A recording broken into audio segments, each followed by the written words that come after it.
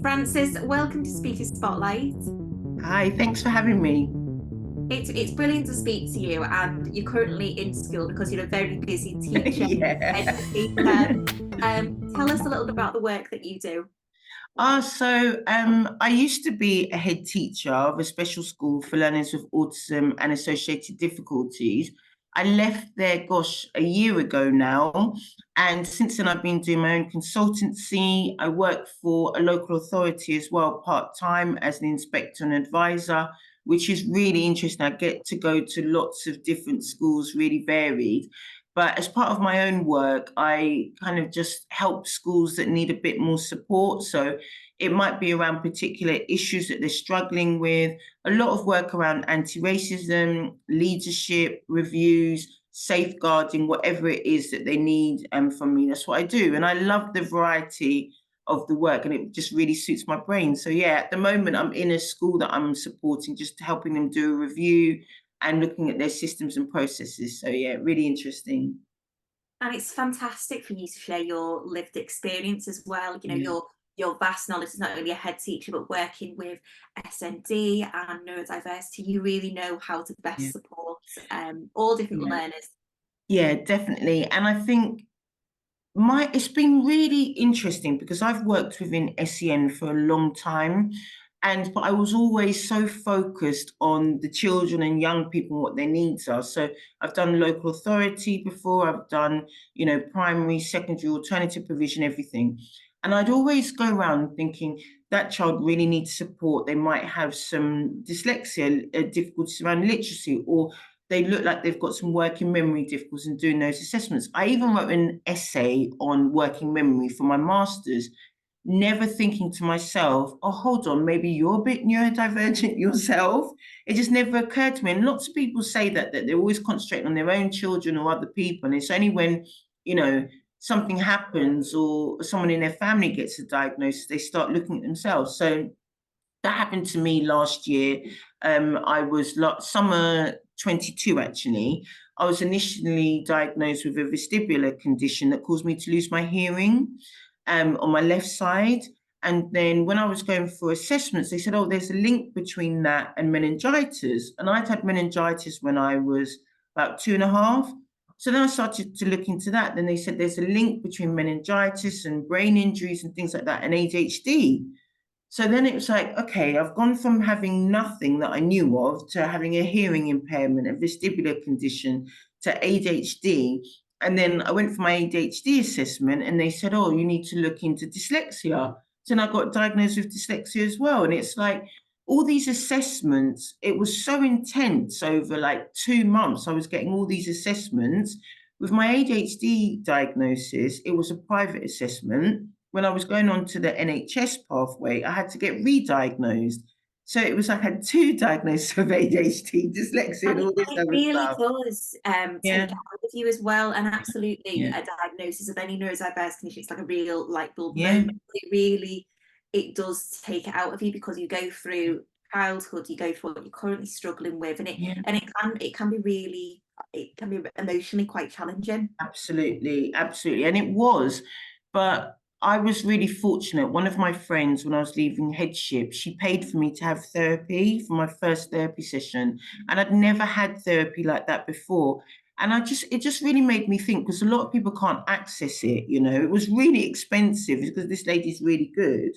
And I had like 3 or 4 sessions with her. And I thought if I hadn't had a friend that'd been able to do that for me, if I hadn't had a credit card that I could put my assessments on, I probably would have had a breakdown, and I don't mind admitting that because it was such a difficult time. Like you said, going through all these assessments and not knowing what was going on, it kind of gave me closure to say, right, okay, this is why I've struggled with writing. This is why I've struggled with remembering tasks. This is why I struggle with not prioritizing the right things and just looking at the most shiny, most exciting thing first.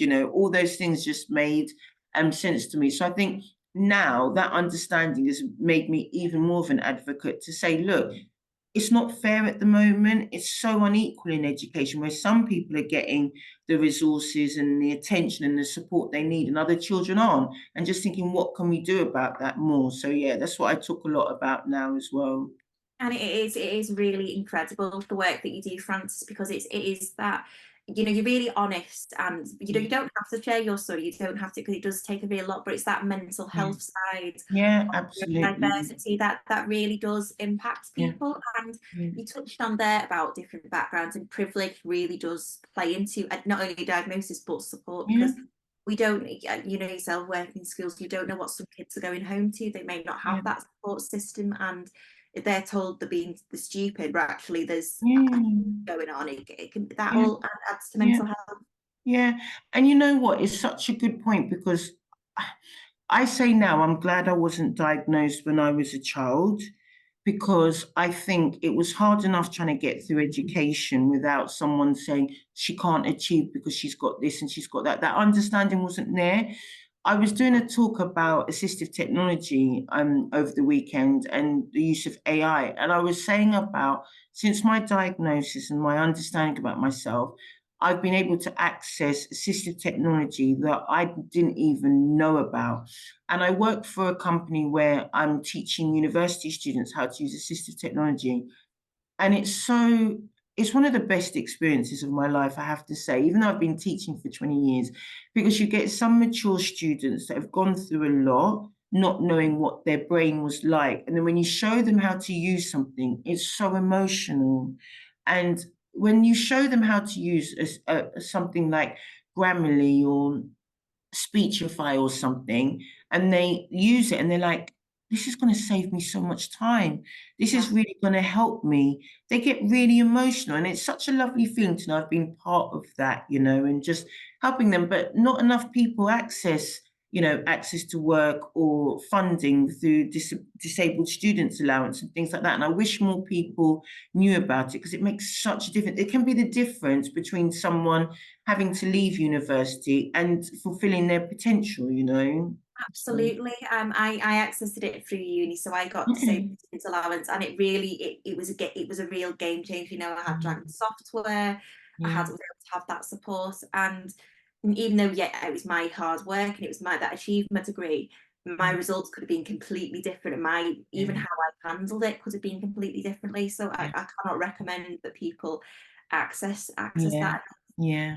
And Frances, it's the first year you're going to be at the dyslexia show. Yeah, I'm really excited. I couldn't believe I was asked, to be honest. I was like, you see the lineup, and people like I've admired and looked at, like Marcia Brissett Bailey and people like that. And then I'm like, oh my gosh, I'm actually going to be speaking in the same place as them. It's just brilliant. It's absolutely amazing. Everyone that I've said, they're like, oh my gosh, that's brilliant. It's such a respected show.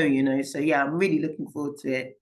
And you deserve to be there, like, because Oh, thank you. honestly, because what you've achieved, not only as a neurodiverse woman, but what you've achieved being a head teacher in your own business, what you do for not only young people but for adults as well, it is life changing, Frances. So people Oh, really really benefit from hearing your talk.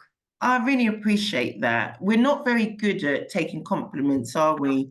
And I was doing this thing on the weekend, and they just said, just say thank you, just appreciate it and say thank you. So I'm just going to say thank you and not get embarrassed. So thank you. No, you do. And in the meantime, Frances, because the show is quickly coming round, Yeah, where can people find you in the meantime? Maybe access your resources, connect yeah. to your business. Where can people find you? So I love LinkedIn. So if you just put in my name in LinkedIn, it comes up. There's not many Frances Akindes in the world. So if you put that in, it comes up. I used to absolutely love Twitter, but I found it a bit more of a harder space to navigate lately. So I haven't been so active on there. But if you look for me on Twitter, my handle is Frankie Tweetart. Because originally I'm an art teacher, that's my passion. So I was like, right, if I go on Twitter, I'm just going to talk about art. I'm not going to get involved in all these spats that go on. I'm just going to talk about art. So you'll see a picture of one of my favorite painting by Matisse called Icarus Rising. You'll see that picture and you'll see I think it says Inclusion HT and then Frankie Tweet Art. So a reminder to myself to tweet about art, which I never do. So yeah.